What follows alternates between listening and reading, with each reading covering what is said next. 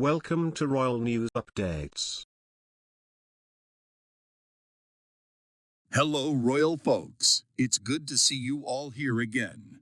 This is your regular dose of royal news and analysis. Before we move on to any further details, I would really love to thank you all for your enormous love and support. And in case you haven't subscribed yet, what are you waiting for, guys? Hit that subscribe button now. Also, please don't forget to press the bell icon. Princess Anne has inherited her father's no-nonsense attitude towards the British press, according to a royal photographer. The Queen's eldest daughter has long been considered one of the hardest-working royals, famously logging dozens of engagements every month in her lifelong service to the crown. The Princess Royal is expected to assume an even more prominent role in the royal family following Her Majesty's death, as she steps up to support King Charles III in the rollout of his new, slimmed-down monarchy. The 72-year-old is likely to be just as visible as the Queen Consort in this next chapter, despite having received no upgrade to her title in the shakeup of royal lineage. She will be one of the two major female supporters of the king, with Camilla. Royal author Marlene Koenig predicted she is not slowing down and will probably take on some of her mother's patronages.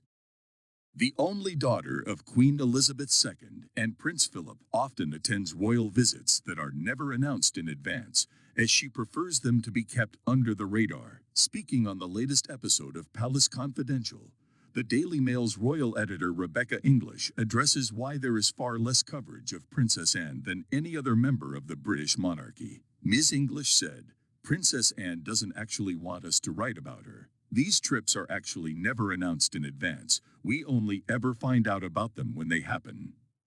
She added, "They are, indeed, very under the radar." Earlier this month, Anne attended as a guest of the English-speaking Union. The 72-year-old went to a gala dinner, and she was also seen riding the Staten Island ferry in a very low-key way for a member of the royal family. Ms. English noted that is the way Anne likes it. She likes to go out there, do what she needs to do with minimum fuss. She added, "That's all right when it is Princess Anne, however. Other members of the royal family do need to be more visible. Other royals, unlike Anne, need to publicly banging the drum for UK PLC aboard.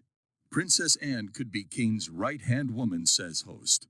Following the Queen's death on September 8, Anne was the only one of the monarch's 4 children to accompany the 96-year-old on her final journey from Scotland. Over the years, particularly in her last years, Anne had provided huge amount support to her mother. Anne also shared a love of horses with the Queen.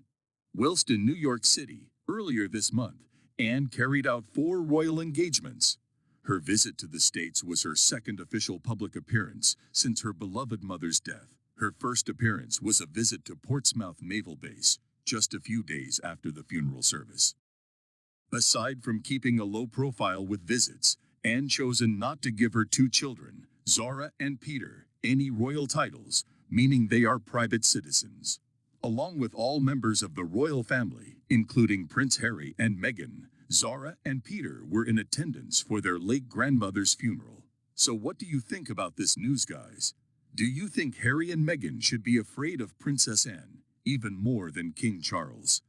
Do you think King Charles will desperately need Princess Anne's help if he wants his reign to survive till the end? Write down in the comments what you think and let me know. Until then, guess we'll just have to wait and see if things turns out to be something after all. Also, if you never want to miss any of my sizzling royal updates like this, Subscribe to our and press channel. the bell icon. As simple as that. Thank you so much.